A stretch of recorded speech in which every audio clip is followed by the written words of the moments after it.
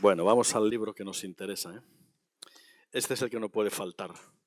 La pena es que ahora uno tiene que decir, abre la Biblia, enciende la Biblia, ya muchos la miramos por el celular, por el móvil, pero yo sigo teniendo la Biblia de siempre, José, la de carne y hueso, como digo yo, ¿no? Yo tengo en casa una biblioteca. Dios mío, si no tengo 2000 libros, no tengo ninguno. No los leí todos, no los leí. Pero me gusta sentir eso que ya no se siente ahora, ¿no? Entrar en mi despachito y oler los libros, ¿no? Tocar la textura, todo eso que ya las redes sociales no nos pueden dar. Ahí se ha derramado agua, ¿no? Ah, sí, sí. Entonces, este es el libro que nos interesa. Oye, está la iglesia petadita. ¿Está siempre así? Qué bendición, qué bendición. Perdón, porque esta pregunta debe de hacerla al pastor, yo no tengo autoridad, pero la voy a hacer. ¿Hay alguien que no es de aquí, que ha venido a lo mejor, habrá alguien que no es de aquí? Allí hay una persona, y dos al menos, ¿no? Otra, pero ¿es la primera vez quizá? Ah, muy bien, perdón, por tomarme la libertad, pero quería saber si todos eran de la casa o hay alguna visita, ¿no? Bueno, os cuento una historia, ¿eh? Allá por pandemia, con el asunto del teletrabajo, había un padre que estaba con su niña y la niña no paraba de molestar al papá que estaba trabajando y el papá le dice, o se reflexiona y dice, vaya, ¿cómo me las arreglo para entretener a la niña al menos media horita, de tal manera que pueda terminar el trabajo? Total que el padre ve una revista y toma la revista grande, la abre y en ambas páginas de la revista ve un mapa del mundo, de esos de antes, hemisferio norte, hemisferio sur, y el padre dice, ya sé lo que voy a hacer, voy a recortar en 50 trocitos el mapa, se lo doy a la niña y le digo, mira hija, es un puzzle, venga, arréglalo. Seguro que la tengo entretenida una hora por lo menos. Total que el padre recorta en 50 trocitos el mapa, se lo entrega a la niña, a los 20 minutos la niña regresa con aquello pegadito, todo arreglado. Y el padre sorprendido le dice, bueno, pero, hombre, ya sé que eres mi hija, ¿no? Pero, ¿cómo lo hiciste tan rápido? Y la niña le dice, papi, yo no sé lo que tú estabas viendo. Yo por detrás lo que veía era una familia. Simplemente me dediqué a arreglar, a componer a la familia y después le di la vuelta. Porque para arreglar el mundo, sin duda hay que empezar primero por la familia. La familia es la primera institución que Dios creó para bendecir a toda la humanidad. La familia otorga sentido de arraigo, de identidad, de pertenencia. La familia imprime un sello imborrable para toda la vida. Por eso, yo hoy quiero hablaros de la Biblia en clave familiar. Claro, porque la primera aplicación de cualquier texto bíblico no es aquí. No, hombre, aquí venimos todos arregladitos, duchaditos y aleluya, hermano, Dios te bendiga, pero la realidad cotidiana de nuestra historia no está aquí. Esto es un breve espacio en nuestra realidad. La realidad cotidiana de nuestra historia, la primera aplicación de todo lo que aquí está escrito, tiene que ser después cuando traspasemos las puertas del templo y lleguemos a la realidad cotidiana de nuestro día a día, de nuestras vidas, de nuestra historia, de nuestra familia. Es allí donde tenemos que aprobar lo que aquí oramos, lo que aquí cantamos, lo que aquí predicamos, ¿no? Por eso la familia es el primer banco de pruebas de la autenticidad o no de lo que aquí se canta, lee, ora y predica, ¿no?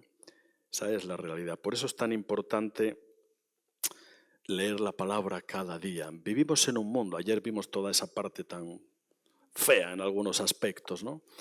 Vivimos en un mundo donde si nos creemos lo que nos están diciendo o donde si creemos lo que nuestros ojos están viendo, parece que podríamos ser fáciles candidatos a una depresión o a entrar en una crisis de ansiedad, ¿no? Dice la palabra ahí en Proverbios que tal es el pensamiento del hombre, así es él.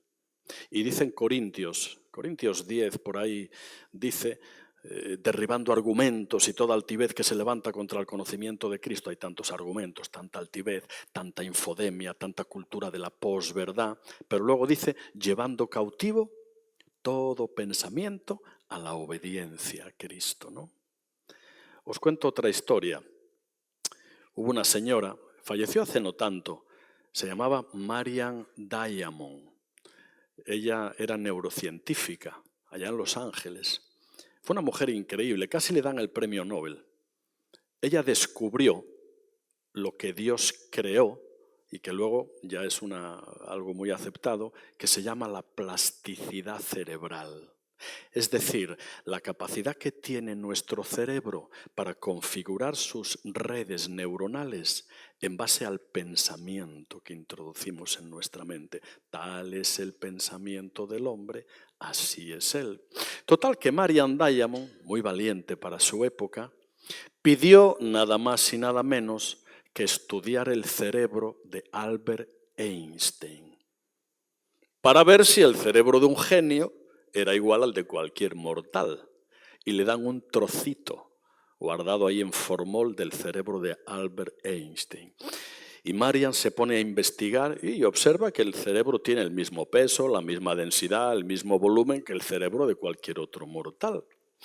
Pero cuando al microscopio empieza a mirar, se da cuenta, bueno, por acortar la historia, las células gliales es un tipo de células que tenemos en la mente y que dan soporte a las neuronas. Las neuronas son complejas estructuras moleculares que contienen información, tanto hereditaria como del ambiente en el que vivimos. Por eso tal es el pensamiento del hombre, así es él.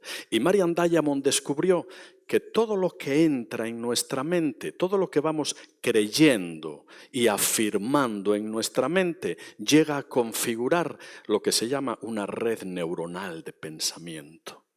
De tal manera que cuando determinados pensamientos se instalan en nuestra mente y recurrimos en pensar en ellos, se establece una red neuronal de preferencia que ya gobierna nuestra vida. Imagínate una persona que piensa en negativo todo el tiempo. Va con cara de vinagre por la vida, cara de no, ¿verdad? Dice que le pasa todo mal, piensa que a ella le suceden todos los males, vamos, a la persona, y siempre en negativo. Si esa persona persevera en ese tipo de pensamiento, se va a establecer en su mente una red neuronal de preferencia en negativo. Y va a ser una persona amargada toda la vida. Por eso qué importante pensar lo correcto. Qué importante saber diferenciar lo que la sociedad lanza, que tiene que ver con cultura, con desesperanza, con mentira, con vacío, y qué importante que en nuestra mente persevere el pensamiento basado en la palabra, porque es la verdad. Y cuando la verdad entra en nuestra mente, cuando memorizamos la palabra, se va estableciendo en nuestra mente, que es como un músculo, se va estableciendo una red neuronal de preferencia basada en la verdad. Y así tenemos que andar por la vida, con una red neuronal de preferencia basada en la verdad, no en la mentira, que es lo que nos quieren vender. Por eso qué importante hoy, en esta época tan oscura y complicada, tener muy presente siempre las verdades eternas de la palabra de Dios, memorizar la palabra de Dios y sobre todo aplicar la palabra de Dios. Que eso es lo que María del Mar quería que todos recordáramos de cuando estuvimos hace 2 años en la reunión de matrimonios, ¿no? La aplicación, eso es lo importante, la aplicación. Bueno, estos son 2 viejitos que van a un banco a sacar dinero y de pronto llega un atracador y empieza a pegar disparos y al viejito le dan un disparo en el oído.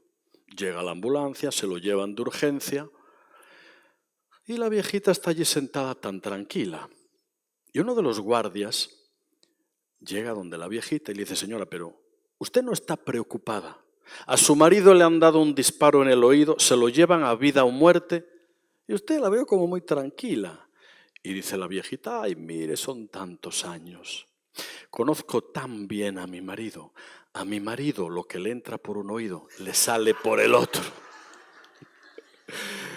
Mis amados hermanos, que nunca en la iglesia lo que nos entre por un oído nos salga por el otro, porque eso se llama religiosidad, eso cauteriza nuestra conciencia.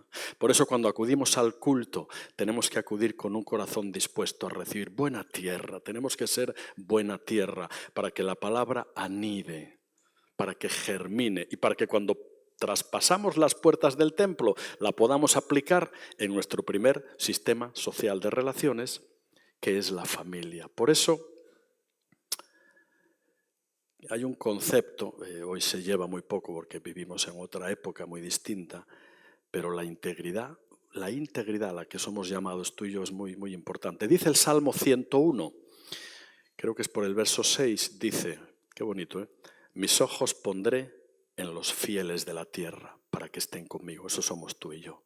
Mis ojos pondré en los fieles de la tierra para que estén conmigo. El que ande en el camino de la perfección, este me servirá. Y la palabra perfección, cuando se aplica al ser humano, implica madurez, proceso de madurez. No hemos llegado, el Señor sigue completando su obra en cada uno de nosotros, pero en ese camino tenemos que andar y en ese camino tenemos que perseverar, siendo íntegros.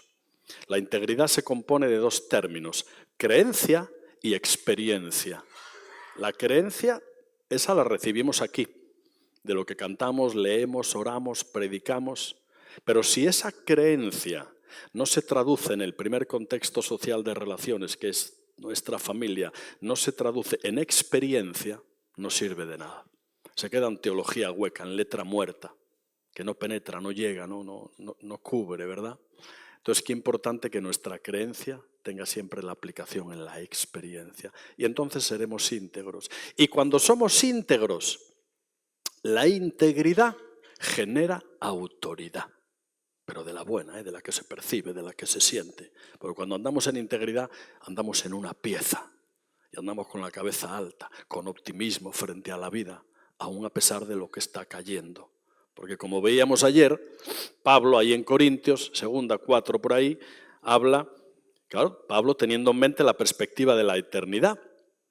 Entonces Pablo habla de nuestro paso por este mundo y dice, porque esta leve tribulación momentánea produce en nosotros un cada vez más excelente y eterno peso de gloria, no mirando nosotros las cosas que se ven, que son temporales, sino las que no se ven, las que están en la palabra, que son eternas, ¿no?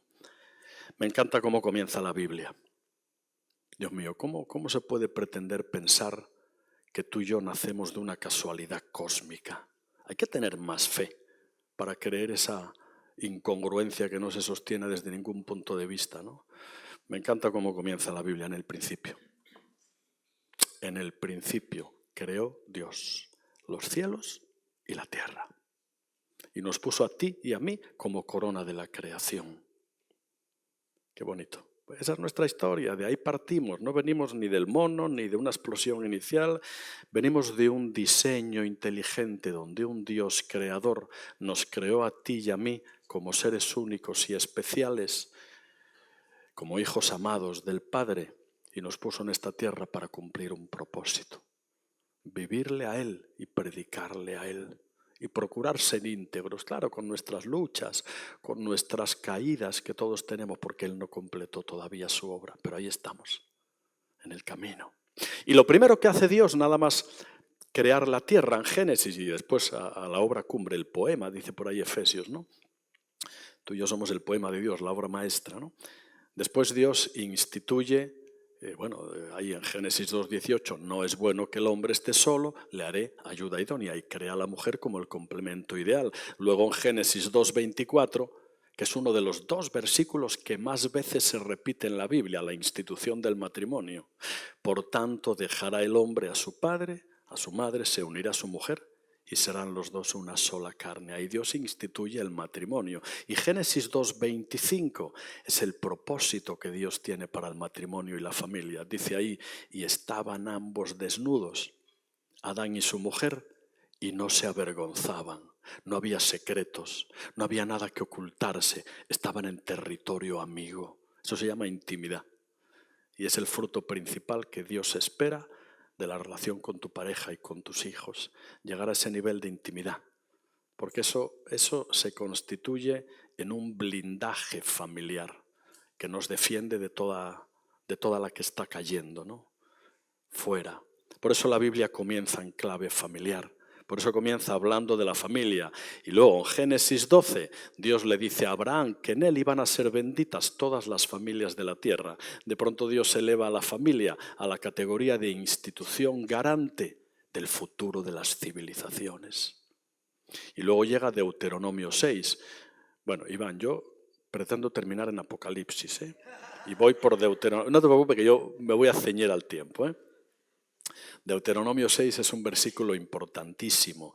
Es la gran oración del pueblo judío. A veces vemos en la tele, o si habéis estado en Israel, en el Muro de las Lamentaciones, los judíos ortodoxos que van con el sombrero, el traje, los rizos, llevan muchos un saquito de cuero aquí, o en el brazo derecho. Eso se llama la filactelia.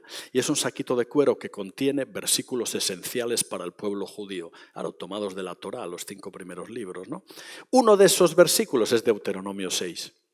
Porque Dios sabía que su pueblo iba a ser disperso por cualquier parte de la tierra. Iban a entrar en contacto con culturas politeístas, culturas paganas, donde había sacrificios religiosos de niños, prostitución religiosa. Y para que su pueblo no se mezclara, Dios establece Deuteronomio 6. Oye Jehová, oye Israel, Jehová nuestro Dios, uno frente al politeísmo pagano. ¿Y sabes lo que hace después? Eleva a la familia a la categoría de la institución garante de la historia y de la identidad. Y estas palabras que yo te mando hoy, ¿dónde las vas a repetir? ¿Dónde las vas? En el hogar. Las escribirás en los postes de tus casas, las dirás al acostarte, al levantarte. Ahí Dios eleva al hogar a la categoría suprema de la institución garante de la identidad del ser humano, de nuestra historia, de nuestras raíces, de nuestro futuro. Por eso la Biblia toda se interpreta y se vive en clave familiar. Ya me voy a Malaquías, fíjate qué salto hemos pegado, que si no, no termino. El último libro del Antiguo Testamento termina también en clave familiar. Las últimas palabras del Antiguo Testamento son una profecía de la restitución futura del orden familiar. Dice ahí, ¿qué dice Malaquías al final? Habla de Elías, prefigura de Cristo. Y dice, de Juan el Bautista primero y de Cristo, dice, Él hará volver el corazón de los padres hacia los hijos y de los hijos hacia los padres, no sea que yo venga y hiera la tierra con maldición. Finaliza el Antiguo Testamento con una profecía sobre esa restitución futura del orden familiar. Y el Nuevo Testamento comienza en Mateo con la genealogía de Jesús. ¿No te parece que para 3 años de ministerio público, bien Dios pudo haber enviado a Jesús ya mayorcito para 3 años de ministerio público? Pero no, quiso Dios que su Hijo encarnado naciera en el entorno de una familia, viniera de un linaje, de una dinastía, creciera en un entorno familiar para ejemplificar la importancia que para Dios tiene la familia. ¿Verdad que la Biblia está llena de genealogías? Dios mío, hay libros aburridísimos. Y fulanito, hijo y nieto y tal, y generaciones van, generaciones vienen. ¿Por qué es tan importante para Dios ese sentido de linaje, de herencia generacional? Te digo por qué. Nosotros, como familias, tendríamos que tener sentido de dinastía familiar. Cada familia es una dinastía, porque viene de un eslabón y de una cadena.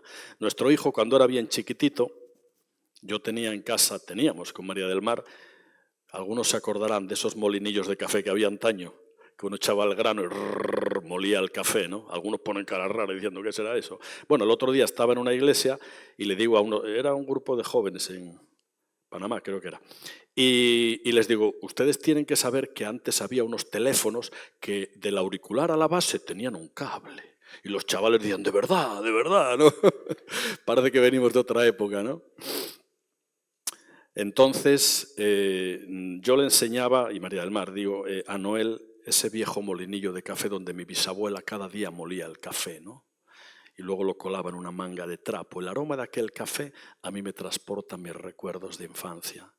Y cuando nosotros le enseñábamos a nuestro hijo ese objeto tangible, lo poníamos en contacto con una parte de su historia de la que él es eslabón, de la que él pertenece. Por eso cuando a tus hijos o a tus nietos les enseñas objetos, cosas antiguas, fotografías de su historia, de sus abuelos, de sus bisabuelos, estás creando en ellos un sentido de linaje, de dinastía, de herencia familiar, que se constituye en un blindaje natural para que cuando sean mayorcitos y la sociedad les diga que eso de divorciarse no pasa nada, no, tengan un freno por no querer romper un eslabón de una cadena generacional a la que ellos pertenecen. Por tanto, cuando a nuestros hijos o nietos les generamos ese sentido de herencia, de que pertenecen a una historia común, de que son eslabones de una cadena, ese es un amortiguador natural para que no quieran traicionar el seguir siendo eslabones de una historia, de una cadena generacional. Y aún los requisitos que la palabra establece, tanto en Timoteo como en Tito, para alguien que anhele obispado, que busque ministerio, ¿no?, pasan porque esa persona ha de tener una familia en sujeción, porque quien no gobierna bien su propia casa, ¿cómo va a gobernar la casa de Dios? Y qué bonito cómo finaliza la palabra en Apocalipsis. Ahí está escrito el final de nuestra historia, ¿no? Un final glorioso. Un día, más tarde o más temprano, Maranata, Él va a volver. No va a venir sobre un pollino de asno y va a entrar, no, va a volver sobre un caballo blanco, vestido con sus mejores galas, porque viene como triunfador a buscarnos a ti y a mí, la iglesia amada, la novia, la esposa del Cordero, para participar eternamente de un banquete celestial. Ese es el final de nuestra historia. Por eso no perdamos la perspectiva, aunque al presente, por un corto periodo de tiempo, tengamos que ser afligidos en diversas pruebas, ¿no? Pero ese es el final glorioso que nos aguarda a ti y a mí, a los que somos hijos e hijas de Dios, ¿no? Hay un pastor, se llama Don Piper. Él escribió un libro, igual lo habéis visto, hay una película también, 90 minutos en el cielo. ¿Os suena ese libro? De pronto, a lo mejor no. Es un libro muy interesante, ¿eh?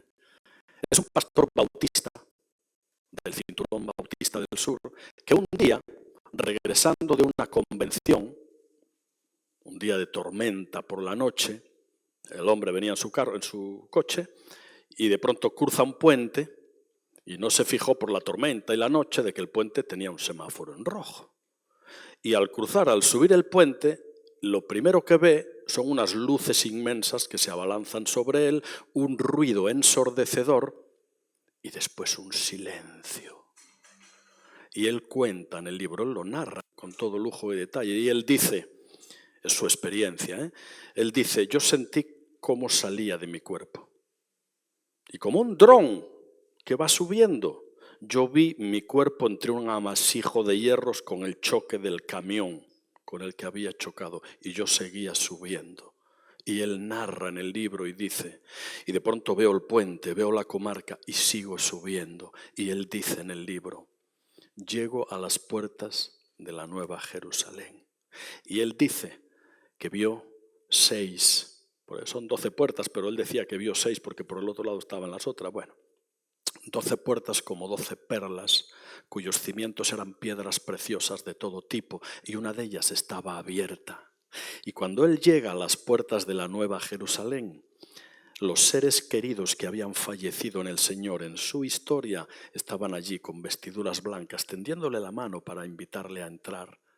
Y él narra con todo lujo de detalles, en el libro, y él dice, yo entro por las puertas de la Nueva Jerusalén, y tenía miedo de resbalar, tan resplandecientes eran las calles de oro. Y dice, de repente empecé a escuchar alabanzas en todos los idiomas del mundo. Y por algo que no sé cómo ocurría, yo entendía todos esos idiomas. Alabanzas en todos los idiomas del mundo. Y él sigue diciendo, de repente subimos por las calles de oro hacia un recodo del que sale una luz potente, que seguramente es el trono del Cordero.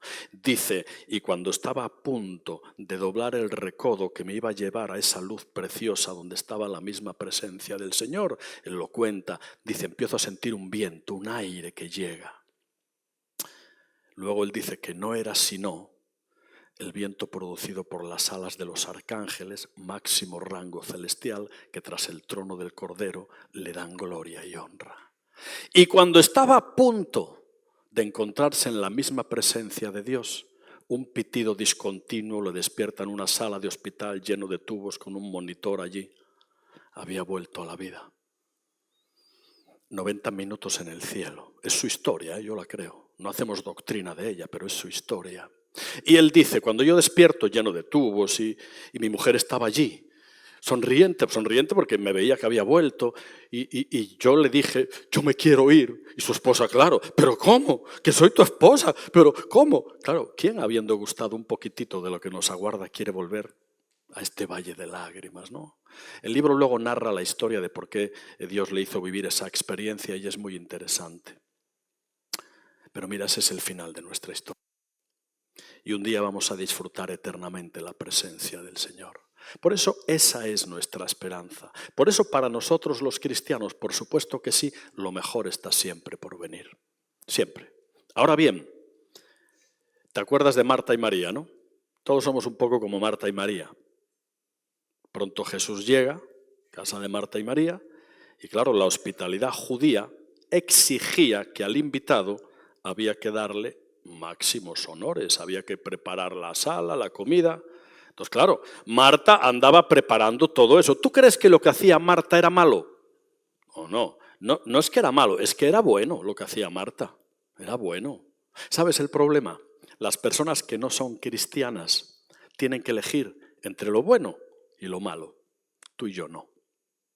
Tú y yo tenemos que escoger entre lo bueno y lo mejor.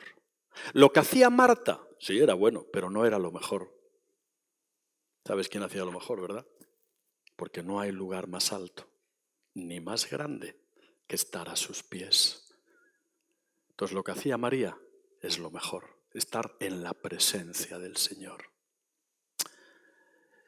En el antiguo tabernáculo, el propio tabernáculo tenía una división en sus dos salas, ¿verdad? El lugar santo y el lugar santísimo, y la división era una cortina, el velo del templo, sobre el que estaban bordados en oro y grana también dos arcángeles, máximo rango celestial, con las alas abiertas, custodiando la entrada del lugar santo al lugar santísimo.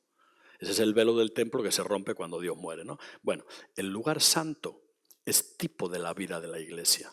Acuérdate que allí estaba un altar con 12 panes, uno por cada pueblo, simbolizando la comunión del pueblo de Dios. Había un pequeño altar con incienso, que en el Antiguo Testamento es comparado a la vida de oración de los santos, y después había un candelabro de oro, 38 kilos de oro puro labrado a mano, la menorá, simbolizando a Cristo como la luz que guía nuestras vidas. El lugar santo es tipo de la vida de la iglesia. ¿Tú crees que el lugar santo es bueno? Pero no es lo mejor. Lo mejor estaba cuando traspasando el velo del templo uno entraba a la presencia de Dios. Por eso venir al culto es importante. Pero si el culto de labios del domingo no se nutre de un culto de vidas santas y santificadas de lunes a domingo, sirve de poco que vengamos. Por eso el culto comienza en nuestros hogares, en el lugar santísimo, en el lugar que Él nos abrió al morir por nosotros y hacernos sumos sacerdotes, con pleno derecho a entrar a su misma presencia, ¿no? Eso es lo mejor. Y tú y yo no tenemos que aprobar lo bueno, sino lo mejor. ¿Te acuerdas de las 10 vírgenes, la parábola de las 10 vírgenes? Es el contexto también de las bodas. 5 prudentes, 5 insensatas. Y las imprudentes no tenían repuesto de aceite para sus lámparas.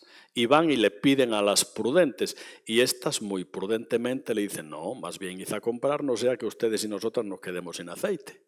Y mientras las imprudentes se van a comprar aceite, el novio abre las puertas, manda pasar a las vírgenes, a las prudentes, y cierra. Y cuando llegan las otras con el repuestito de aceite, allí se quedaron sin poder entrar. ¿Tú crees que al principio de la parábola las 10 vírgenes tenían luz en sus lámparas? Sí, porque la luz es lo que Dios nos otorga sin ningún esfuerzo por nuestra parte. Es fruto de su obra redentora en la cruz. La luz es lo que Dios nos otorga por gracia, pero el mantenimiento de la lámpara para que la luz siga encendida es tu responsabilidad.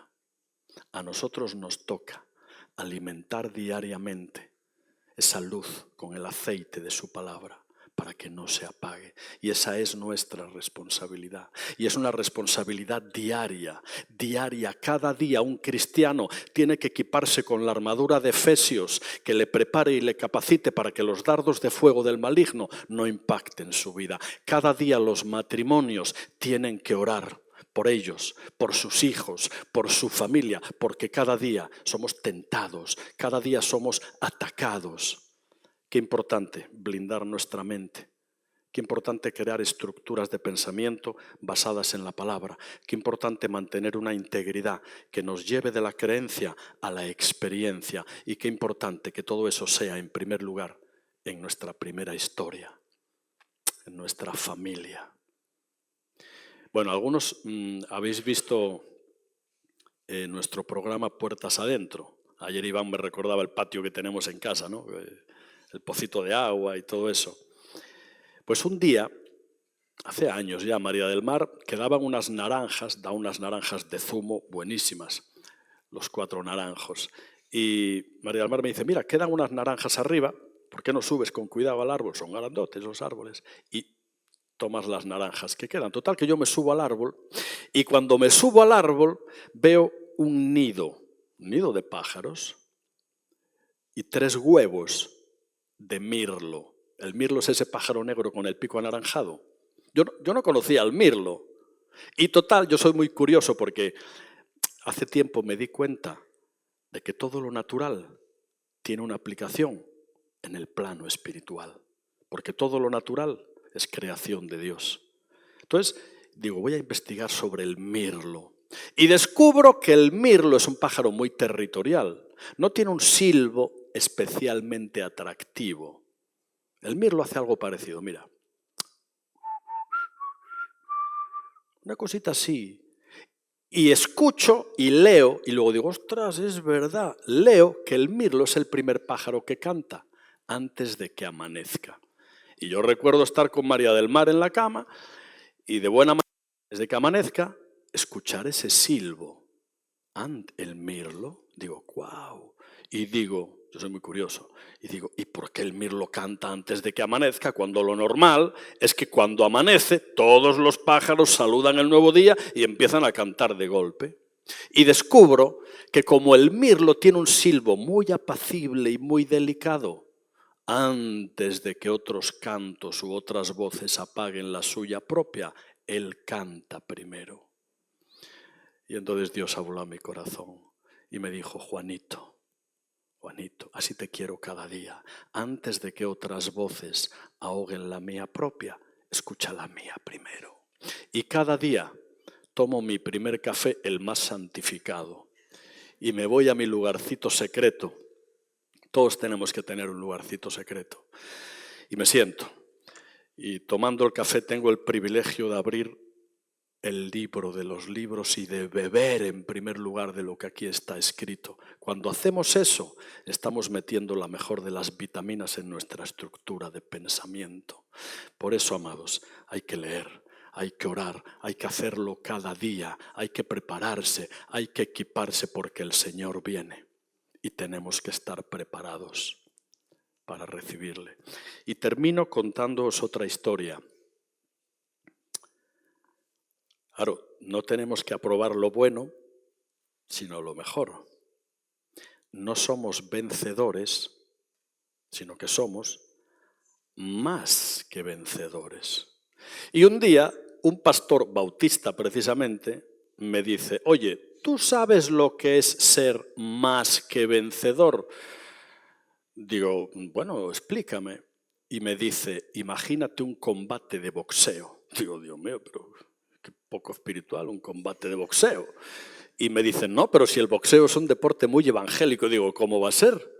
Y me dice, claro, ¿no dice la palabra acaso más bienaventurado es dar que recibir? Digo, ay Dios mío, luego te pago una beca para nuestro instituto y te enseñamos algunas cosas, ¿no? Total, que me dice, bueno, imagínate un combate de boxeo donde se está disputando el campeonato mundial de los pesos pesados y hay 2 tipos inmensos, musculosos allí, dándose de bofetadas.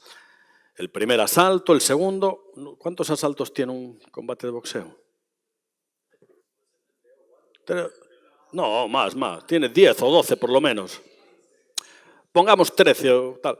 Llega el último asalto y las fuerzas muy igualadas, pero en un golpe de gracia uno de ellos, ¡pum!, derriba al contrario. Pero el propio vencedor, todo con la nariz ahí, o sea, con el labio, la nariz rota, la ceja partida, está el pobre que casi no puede. Pero ganó. Y entonces el árbitro le levanta la mano, el pobre no puede, ¿no? Y lo proclama campeón mundial de los pesos pesados. Oye, y le da un cheque de 50 millones de euros. El tipo agarra el cheque de 50 millones de euros y llega a su casa, toca el timbre, y cuando su mujer abre la puerta, la mujer se lleva las manos a la cabeza. Dios mío, pero ¿cómo viene? El pobre está todo, con la cara toda, y casi que no puede ni hablar. Solo acierta a entregarle el cheque a su esposa. Y cuando su esposa toma el cheque, ¿tú sabes quién fue el vencedor? El vencedor fue él. ¿Tú sabes quién fue más que el vencedor? Ella, que sin recibir ni un solo golpe fue beneficiaria de un cheque de 50 millones de euros. Si viste la película La Pasión de Mel Gibson, sabes de qué hablo. Él fue el vencedor. Él recibió todos los golpes, todos los insultos. Él fue crucificado para que tú y yo podamos estar aquí o tengamos la posibilidad de tener ese pasaporte a la vida eterna. Y cuando a ti y a mí, en una historia de amor increíble que Dios mantiene con cada uno de nosotros, nos otorga el cheque de la salvación, que no tiene precio, porque es un pasaporte a la vida eterna. Cuando por la sola fe no se requiere más. Cuando por la sola fe tú tomas el cheque, Él fue el vencedor. Y tú, sin recibir ni un solo golpe, fuiste hecho más que vencedor en Cristo. ¿Por qué no cerramos los ojos ahí, amados? Este es un momento sagrado. Yo quisiera, no sé si es la costumbre aquí, pero voy a permitirme la licencia con el permiso de los pastores.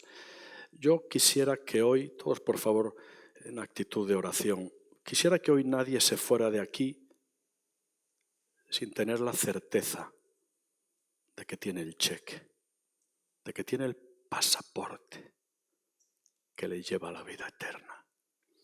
No hay tiempo que perder. El Señor viene.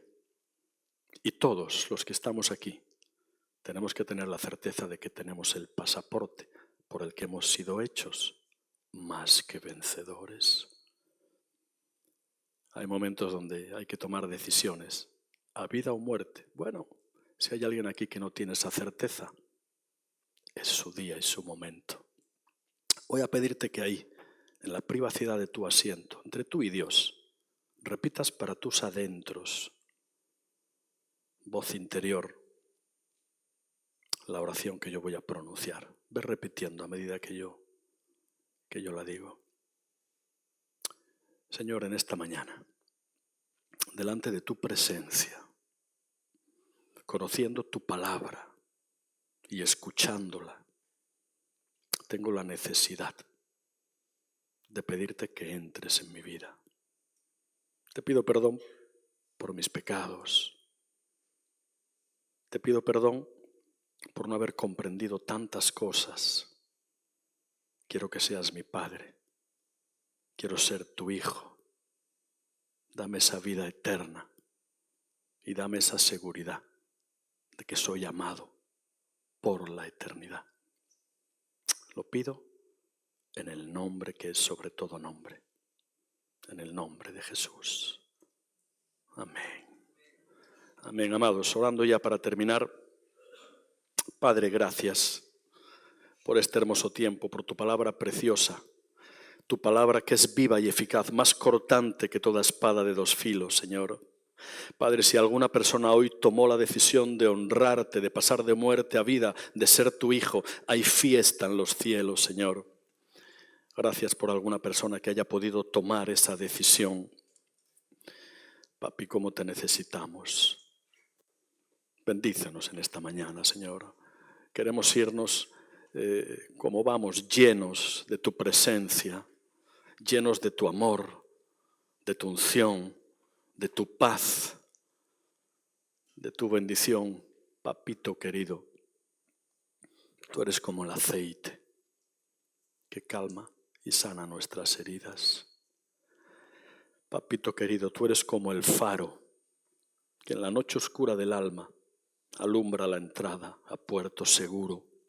Papito querido, tú eres como el cayado que nos ayuda a caminar por los senderos tortuosos de la vida. Papito querido, tú eres como el ancla que nos asegura estabilidad en medio del mar embravecido. ¿A dónde iremos?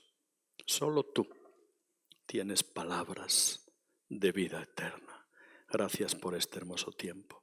Bendice a tu congregación aquí, a tu iglesia, a cada hermano, a cada familia, que cuando salgamos hoy por las puertas del templo vayamos llenos de tu esperanza, llenos de tu unción santa y divina y de tu presencia que nos es asegurada hasta que vuelvas. Vuelve pronto, papi. Te necesitamos y en tus manos estamos y en tu nombre oramos. Amén.